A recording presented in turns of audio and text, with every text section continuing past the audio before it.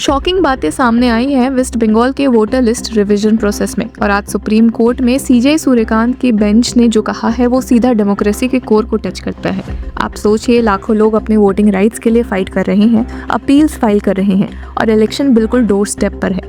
ऐसे सेंसिटिव वक्त में कोर्ट ने एक क्लियर और स्ट्रॉन्ग स्टैंड लिया है। तो चलिए समझते हैं कि एग्जैक्टली क्या हुआ है हियरिंग में, कौन से आर्ग्यूमेंट्स आए हैं और क्या बड़ा मैसेज सुप्रीम कोर्ट ने दिया है। तो सबसे पहले सुप्रीम कोर्ट में सीजे सूर्यकांत और जस्टिस जॉय माल्या बागची की बेंच ने एक बहुत ही इंपॉर्टेंट बात क्लियर कर दी। कहा कि what is the question of allowing them to vote, if we allow this then let us stop the voting rights of people who are included then. ये कहना था सीजे सूर्यकांत का, मतलब सीधा सिग्नल है कि जिनके अपील्स अभी भी पेंडिंग है उन्हें वोट करने की परमिशन देना सिस्टम को ही डिस्टर्ब कर देगा। सिंपल लैंग्वेज में कहे तो कोर्ट कह रहा है कि अगर आप पेंडिंग केसेस वालों को वोट देने दोगे तो फिर जो ऑलरेडी वैलिड वोटर्स हैं उनका क्या होगा, सिस्टम कोलैप्स हो जाएगा। और यहाँ सबसे शॉकिंग फिगर ये है कि 34 लाख से ज्यादा अपील्स फाइल हो चुकी है। इमेजिन करिए कितना massive number of people claim कर रहे हैं कि उनका नाम वोटर लिस्ट में गलत तरीके से एक्सक्लूड हुआ है। अब पिटिशनर्स की तरफ से सीनियर एडवोकेट कल्याण बंदोपाध्याय ने बोला कि an impression has been given that all pending cases have been एडजुडिकेटेड।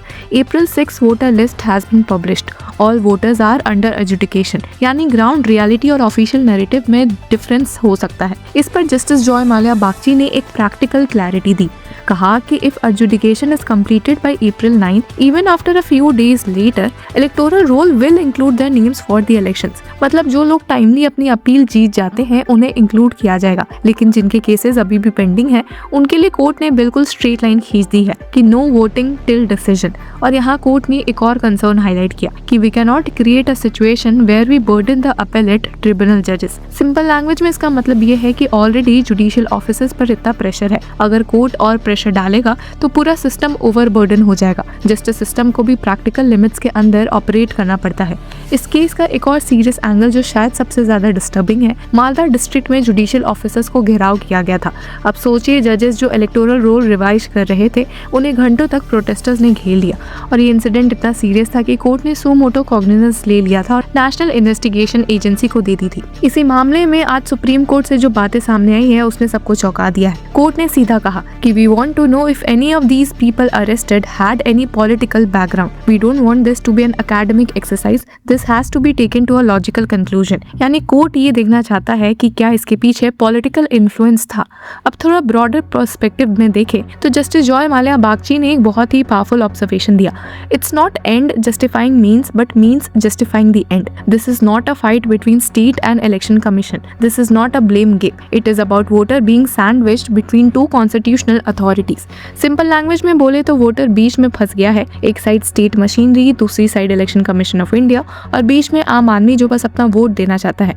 और ये जो सैंडविच वर्ड यूज हुआ है वो सिचुएशन को परफेक्टली कैप्चर करता है। वोटर का ट्रस्ट सिस्टम पर डिपेंड करता है और जब दो कॉन्स्टिट्यूशनल बॉडीज के बीच कन्फ्लिक्ट हो तो सबसे ज्यादा नुकसान वोटर का होता है। एक और मेजर कंट्रोवर्सी यहाँ लॉजिकल डिस्क्रिपेंसी लिस्ट को लेकर है जो इलेक्शन कमीशन ऑफ इंडिया ने इंट्रोड्यूस की। कोर्ट ने इस पर सवाल उठाया कि ये कंसेप्ट पहले क्यों नहीं था और सिर्फ वेस्ट बंगाल में ही क्यों दिख रहा है। जस्टिस जॉय माल्या बागची ने पॉइंट आउट किया कि बिहार के एसआईआर प्रोसेस में ऐसा कुछ नहीं था, यानी कंसिस्टेंसी का इशू है। अब कोर्ट ने 2002 वोटर लिस्ट को लेकर भी एक कॉन्ट्रडिक्शन हाईलाइट किया। पहले ईसीआई का स्टैंड था कि 2002 लिस्ट के वोटर्स को डॉक्यूमेंट्स देने की जरूरत नहीं है, लेकिन अब इनडायरेक्टली उनसे प्रूफ मांगा जा रहा है। जब ईसीआई के काउंसिल ने कहा कि लोगों को प्रूफ करना है कि वो सेम पर्सन है, तो जस्टिस बागची ने सीधा बोल दिया, now you are improvising the submissions which you made earlier. मतलब कोर्ट को लग रहा है कि स्टैंड चेंज हो रहा है।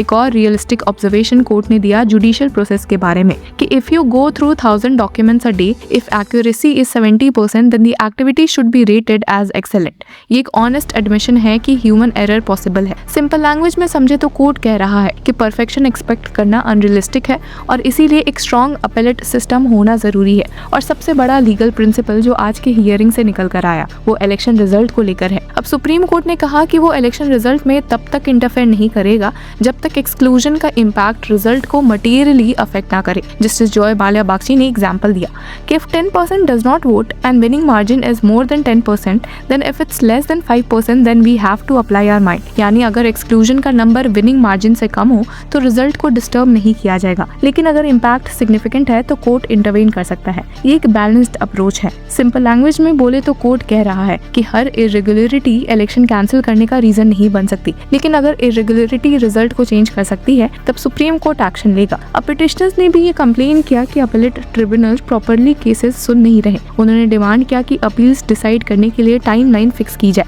लेकिन कोर्ट ने इस पर रिस्ट्रेन दिखाया। सीजे सूर्यकांत ने कहा, so you want us to put the former chief justice and जजेस अंडर प्रेशर, यानी कोर्ट जुडिशरी के इंटरनल फंक्शनिंग में अननेसेसरी प्रेशर नहीं डालना चाहता। जस्टिस जॉयमाल्या बागची ने भी क्लियर किया कि प्रोसेस ऑलरेडी स्टार्ट हो चुका है और कोर्ट माइक्रो मैनेज नहीं करेगा। वी कैन नॉट से hearing x appeals from today. ये जुडिशियल डिसिप्लिन का एग्जाम्पल है जहाँ कोर्ट अपनी लिमिट समझ रहा है। और जब ये आर्ग्यूमेंट आया कि जुडिशियल ऑफिसर्स ने रिजेक्शन के रीजंस प्रॉपर्ली रिकॉर्ड नहीं किए, तब भी कोर्ट ने उनका डिफेंस किया। We can not doubt the judicial officers. अभी एक स्ट्रॉन्ग इंस्टीट्यूशनल बैकिंग है जो कोर्ट ने अपने ऑफिसर्स को दिया है। साथ ही कोर्ट ने ये भी इंश्योर किया कि जुडिशियल ऑफिसर्स की सिक्योरिटी कॉम्प्रोमाइज ना हो। ऑर्डर में क्लियरली लिखा गया कि उनकी सिक्योरिटी बिना कोर्ट के परमिशन के विड्रॉ नहीं की जाएगी और ये डायरेक्टली मालदा इंसिडेंट का रिस्पॉन्स है।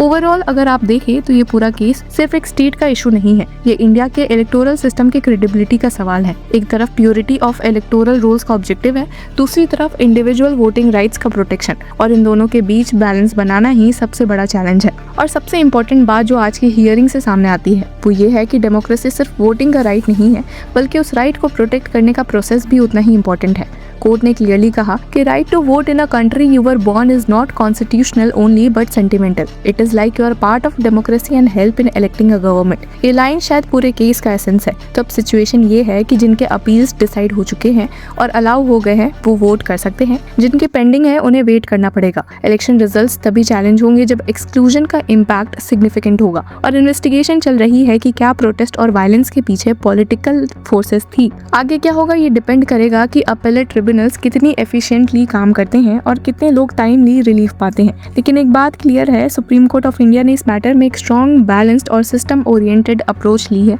जहां इमोशंस और लॉ दोनों को इक्वली इंपॉर्टेंस दी गई है। तो व्यूअर्स, इस पूरे मुद्दे पर आपकी क्या राय है? Do let us know in the comment section. Until then keep following law चक्र।